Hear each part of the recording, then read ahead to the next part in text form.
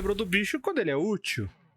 O primeiro começou a comentar sobre isso, sobre o fato de nunca é, utilizarem, a não ser quando está numa situação extrema, mas o restante do tempo em que o bicho estaria acompanhando, ele não é levado em consideração, né? Ah, vamos atravessar aquele rio. Ah, beleza, eu tenho um hamster junto comigo.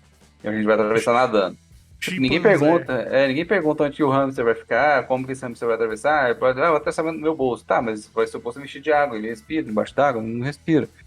Então, uma série de situações em que você tem que se preocupar com um bicho a mais, que era o que a gente estava falando no tópico anterior ali, tem que entrar na caverna, tem que atravessar uma montanha, tem que fazer um X coisas, e tudo isso, muitas vezes, se não for prestado atenção, é, fica esquecido. O próprio mestre esquece de colocar, tipo, pô, você tem esse limitador aqui, ele é um benefício em série de momentos, mas nesse exato momento, nessa situação, ele é um obstáculo, né? Um dificultante ali para você conseguir ultrapassar esse rio, por exemplo.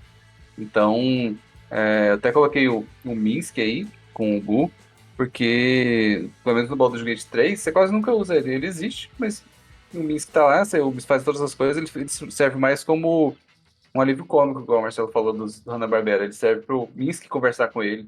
E aí o Minsk, na verdade, sempre é o que tem. O Minsk não, o Bu, né? O Minsk conversar com o Bu. E o Bu é o que sempre tem as ideias inteligentes, porque o Minsk é um burrão, sabe? Então, ele acaba com essa questão no Ordem do Palito. Eles também abordam isso, acho que logo no início, das primeiras tirinhas lá, que o mago tem um familiar. Ele nunca usa aquele familiar, que é o corvo. É.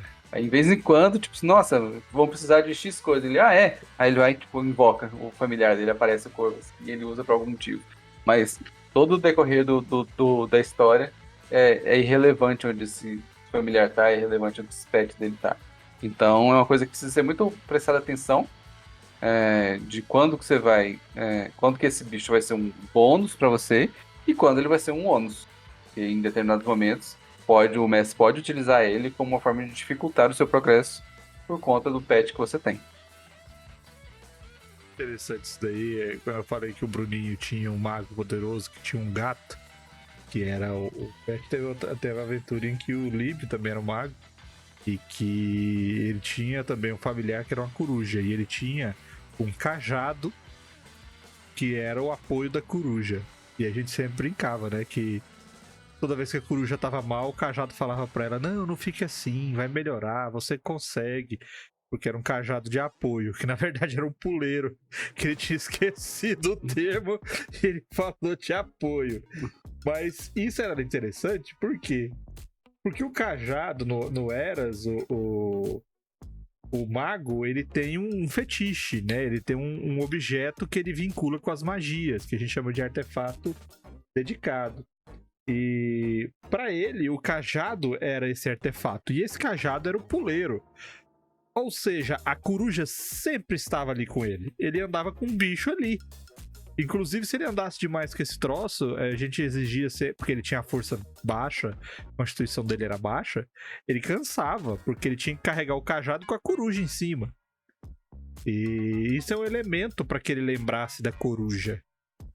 E a galera esquece, cara. A galera esquece. O que você precisa fazer é criar alguma desculpa, algum elemento de narrativa, algum elemento de mecânica interna ali, em que o pet seja presente, o pet seja lembrado, o pet esteja sempre presente na ação.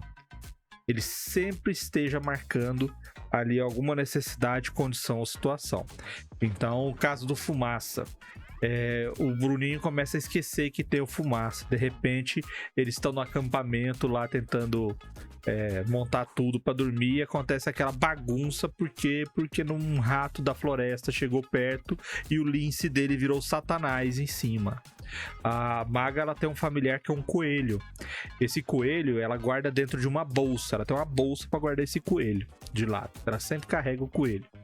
E essa bolsa pesa, essa bolsa dá trabalho, essa bolsa ela tem que ser carregada, porque é um coelho, cara, um coelho branquinho, pequenininho.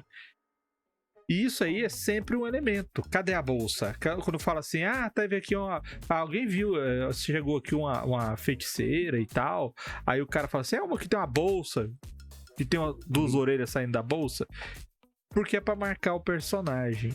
Por que isso daí? Porque senão, eles simplesmente só vão resgatar o bicho quando é necessário ter a vantagem que o bicho demonstra.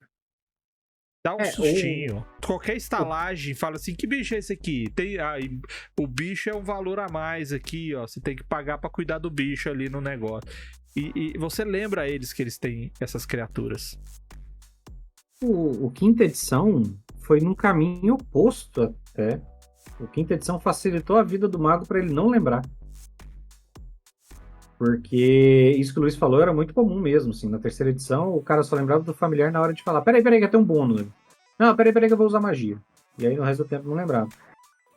E aí o quinta edição resolveu colocar explicitamente que o familiar, em sendo uma criatura mágica lá, um espírito de magia que você invoca e tal, não sei o quê, você pode simplesmente usar uma ação para mandar ele para uma dimensão, um pocket dimension, e ele fica preso lá até você usar uma ação pra ele voltar, tipo, é uma Pokébola. Você tem uma Pokébola pro seu familiar, basicamente. É isso que você faz. E aí você, agora eu preciso do meu Pokémon. Vai, familiar. O familiar sai, você joga magia nele e joga magia na pessoa. E é para isso que serve. E se você perder o familiar, não tem problema. No dia seguinte você faz outra magia, porque a magia vai achar familiar. É só isso. Então, assim, eles transformaram de uma maneira para facilitar justamente porque as pessoas simplesmente não lembravam do bagulho. Eu não conheço nenhuma mesa em que as pessoas levassem isso a sério. É mais fácil você ignorar uma regra do que valorizar o roleplay. É isso, mas é porque o efeito prático, na verdade, era na maior parte do tempo a familiar, a pessoa, puta, é verdade, meu familiar nem lembrava. Aí é o que eu falei, vira um negócio de manutenção, assim. Tipo, tem que. Nossa, realmente tem um familiar, né, menino? O que é o negócio aqui? Deixa eu ver aqui o que é a ficha dele. Não tem a ficha, não lembra a ficha. Né? Quando eu crio o mago, eu gosto de colocar familiar, um bicho mais sociável, tipo cachorro. Quando eu crio o mago, eu tenho um cachorro. Cachorro te segue, cachorro obedece, cachorro tá contigo. Ninguém estranha, né? Ninguém estranha, entra em qualquer lugar, entra em caverna, pula na água, é de boa. O Chico jogava na nossa aventura a aventura que eu jogava com ele na mesa, ele jogava de monge, e ele tinha um cachorro que comia o queijo dele. E esse cachorro que comia o queijo dele, ele comia o queijo, dava o queijo pro cachorro. Aí comia de novo. Ele escreveu o livro, cachorro roubou meu queijo. Quem comeu meu queijo? E a função desse cachorro era exclusivamente para ele contar, na hora de descrever o personagem dele, que o personagem dele era visto comendo o queijo dividindo com o cachorro. Porque o cachorro dele nunca mais fazia nada. Assim. O cachorro dele tinha um nome, tava na ficha. Mas assim, a gente ia nos piores lugares. Agora vamos entrar na água, vamos pro fundo do mar, beleza. Tipo, e o cachorro? Sei lá, o cachorro ficou na praia. Quando a gente voltou, ele tava lá ainda. O cachorro invulnerável, o cachorro tipo um celestial, não sei o que era a explicação. Mas ninguém ligava também. Ninguém ligava, era uma coisa meio que, foda-se, é o cachorro. Não dava um bônus especial, o cachorro não participava da briga, o cachorro não fazia nada. O cachorro era flavor. Era a skin dele de monge, era um monge com cachorro. Às vezes é isso também. E os caras fizeram bem isso com o familiar mesmo. Tipo, você joga na Pokébola e pronto, segue a vida.